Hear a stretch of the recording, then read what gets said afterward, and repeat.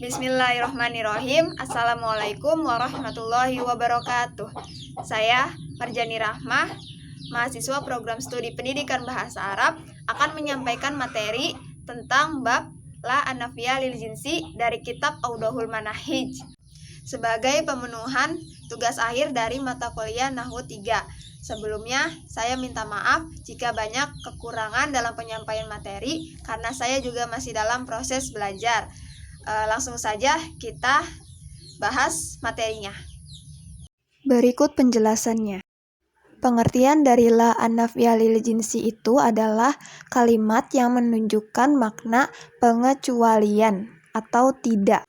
Nah, pengamalan dari La An-Nafiyah lil Jinsi ini secara umum mirip seperti pengamalan inna wa akhwatuha. Seperti contoh La soliha kadzibun. La di sini sebagai huruf an-nafi lil jinsi dan dia mabni terhadap sukun. Kata soliha dia sebagai isim la dan dia mansub dengan fathah. Dan kata kadzibun dia itu sebagai khobar la dan dia marfu dengan tanda domah. Nah, pengamalan yang tadi itu bisa batal apabila bertemu dengan keadaan seperti berikut. Yang pertama, jika isimnya ma'rifah, seperti contoh la as-solihu kadibun.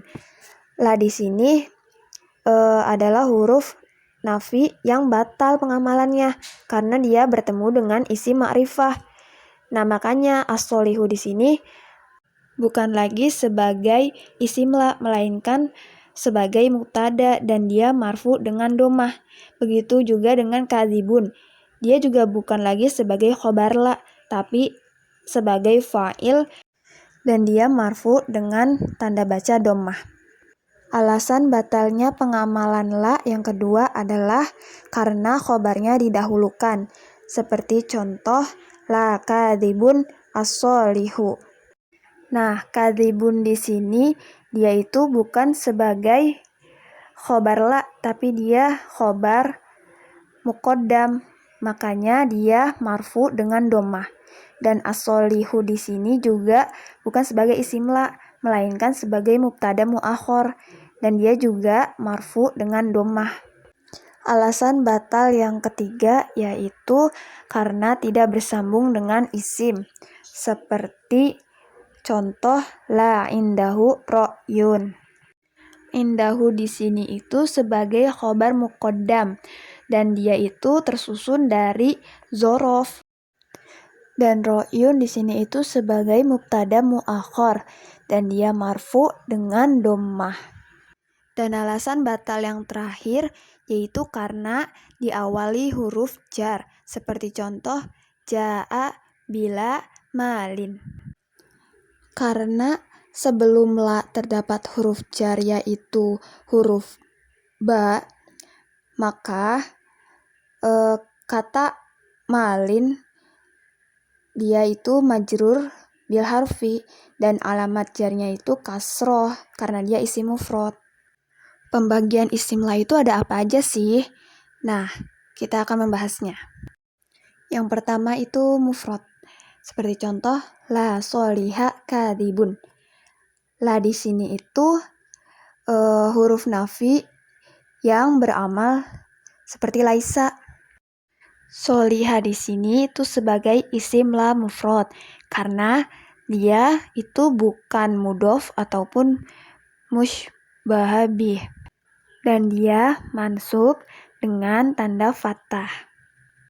Sedangkan kadzibunnya itu sebagai khobarnya la dan dia marfu dengan dommah. Yang kedua ini ada mudhof seperti contoh la solihal ammati kadzibun. Nah, solihal ammatinya itu dia isim la mudhof. Solihannya mansub dengan fathah dan ammati karena dia mudhof ilaihi dia majrur bil kasroh dengan kasroh. Dan kadzibunnya juga di sini sebagai khobar la, dia marfu dengan dommah. Yang ketiga ada musybah bil mudhof. Nah, mudhofnya ini terbagi menjadi dua. Yang pertama, yang tersusun dari jar majrur, seperti contoh la syarron min Muhammadin indi. Syarronnya di sini sebagai isim la, dia mansub dengan fathah, minnya huruf jar, dan dia mabni ala sukun, dan Muhammadinnya majrur dengan huruf, dan alamatnya jar, kasroh, karena dia isim mufrad. Lalu indi itu khobar la, syibeh, jumlah, dan dia rofa. Lalu mudhof yang kedua itu dia tersusun dari atof, seperti la malan wa masyruban indi. Malannya sebagai isim la, dia mansub dengan fathah, wa-nya huruf atof, dan masyrubannya dia maktuf kepada malan, jadi dia ikut mansub. Dan indinya itu sebagai khobar la, syibeh, jumlah. Nah, di la an-nafiyah lil jinsi ini juga terdapat pengulangan. Apa aja sih pengulangan itu dan bagaimana pengamalannya? Mari kita bahas. Yang pertama itu ada pengamalannya seperti amal inna. Contoh kalimatnya, la soliha kadibun wala solihata. Karena mengamal seperti amal inna, maka soliha sebagai isim la, dia mansub dengan fathah. Sedangkan kadibun di sini sebagai khobar la, maka dia marfu dengan dhammah. Dan kalimat solihata di sini itu sebagai isim la yang kedua, dan dia juga mansub ala fathah karena mengikuti pengamalan seperti inna.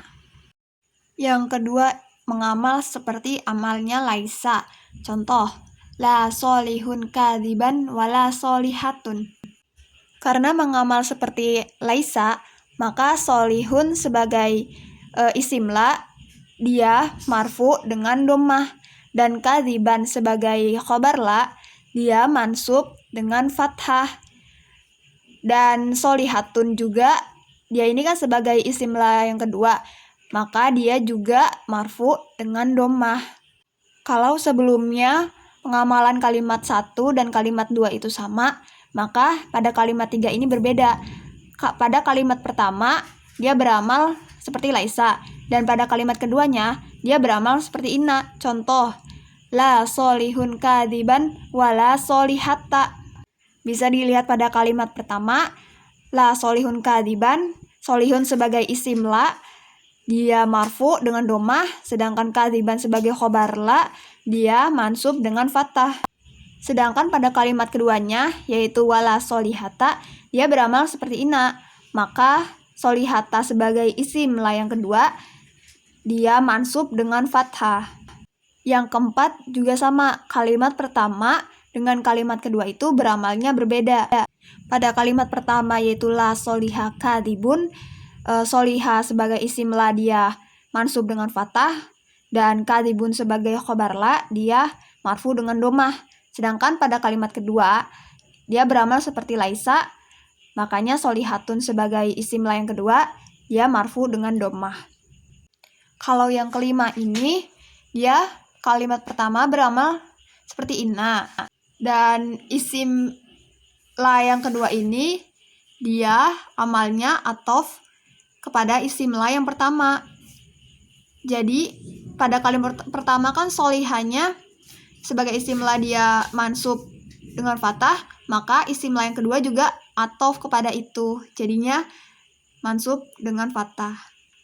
Nah, kalau ada yang nanya, kok dari contoh-contoh itu tidak ada khobar la yang kedua? Jawabannya itu karena khobar la kedua ini dia dihilangkan, begitu. Dan bagaimana jika isim la ini diikuti oleh naat? Mari kita bahas ke part selanjutnya. Keadaan pertama, jika isimnya mufrad. Dari isim mufrad juga ini terbagi lagi. Yang pertama, karena menjadi sifat bagi isim la, maka dia akan mabni fathah, Seperti contoh la rojula manafiqo masdukun. Manafiqo di sini dia mabni fathah karena mengikuti isim la rojula, dan masdukun di sini itu sebagai khobarnya la. Lanjut ke poin selanjutnya. Naat akan mansub dalam keadaan isim la yang mansub juga. Seperti contoh la rojula manafiqon masdukun. Manafiqon di sini mansub dengan fathah karena mengikuti isim la rojula yang mansub dengan fathah juga. Dan masdukun di sini juga dia sebagai khobarnya la. Nah, di poin selanjutnya, naat akan marfu dalam keadaan isim la yang marfu. Seperti contoh la rojula manafiqun masdukun. Kenapa rojula di sini fathah mansub? Karena dia hanya rofa dalam keadaan, bukan dalam lafadz. Selanjutnya, keadaan naat pada isim la an-nafiyah lil jinsi jika isimnya mudhof atau musybaha bih. Kalau isimnya mudhof atau musybaha bih, terdapat dua keadaan. Yang pertama, dia akan mansub. Seperti contoh la faqirul ummati tukabiron mamduhun. Tukabiron di sini dia sebagai naat isim la, maka dia akan mansub dengan fathah. Yang kedua, dia akan marfu. Seperti contoh la faqirul ummati tukabirun mamduhun. Tukabirun di sini dia marfu dan dia dhammah. Bagaimana jika la an-nafiyah lil jinsi ini kemasukan hamzah istifham? Maka dia akan tetap pengamalannya menasobkan isim la dan merofakan khobar la. Seperti contoh ala imro'ata qailatun fil masjidi. Imro'ata isim la dia akan mansub dengan fathah, dan qailatun sebagai khobar la dia akan marfu dengan dhammah. Sekian materi yang dapat saya sampaikan. Jika ada yang kurang jelas, saya buka sesi tanya jawab kepada 3 orang penanya. Disilahkan menyampaikan materi yang ingin ditanyakan. Bismillahirrahmanirrahim. Saya Aura Hasanah Putri ingin bertanya kepada pemateri yaitu Marjani Rahmah. Apakah dalam membuat la jinsi itu kedudukannya seperti naat man'ut? Sekian, terima kasih. Walhamdulillahirabbil alamin. Jawabannya berbeda karena kalau naat itu kan termasuk tabi'i. Jadi dia itu kaidahnya akan mengikuti seperti isimnya atau man'utnya. Sedangkan la an-nafiyah lil jinsi ini, jika huruf la-nya memasuki mubtada khobar, maka mubtada ini menjadi isim la dan dia akan mansub. Dan khobarnya akan berubah menjadi khobarnya la dan dia akan marfu. Bismillahirrahmanirrahim. Saya ingin bertanya kepada Marjani Rahma pada halaman 23 bab la nafiyah lil jinsi.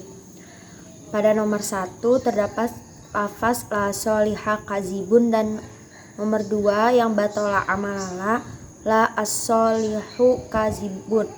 Nah, apakah adanya alif lam pada nomor 2 akan berbeda makna terhadap lafaz yang di nomor 1 yang tidak memakai alif lam?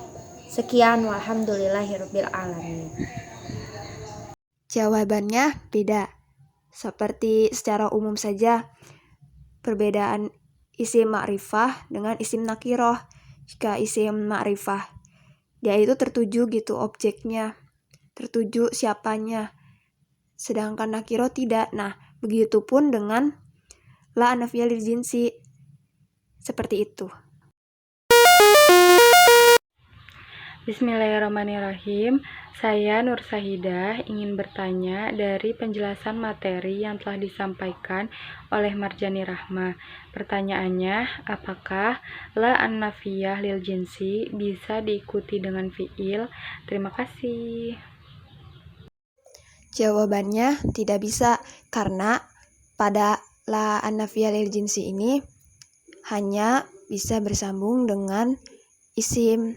Adapun la yang bersambung dengan fiil itu beda lagi, bukan la an-nafiyah lil jinsi. Baik, sampai sudah kita di sesi akhir dari video ini. Kurang lebihnya saya mohon maaf.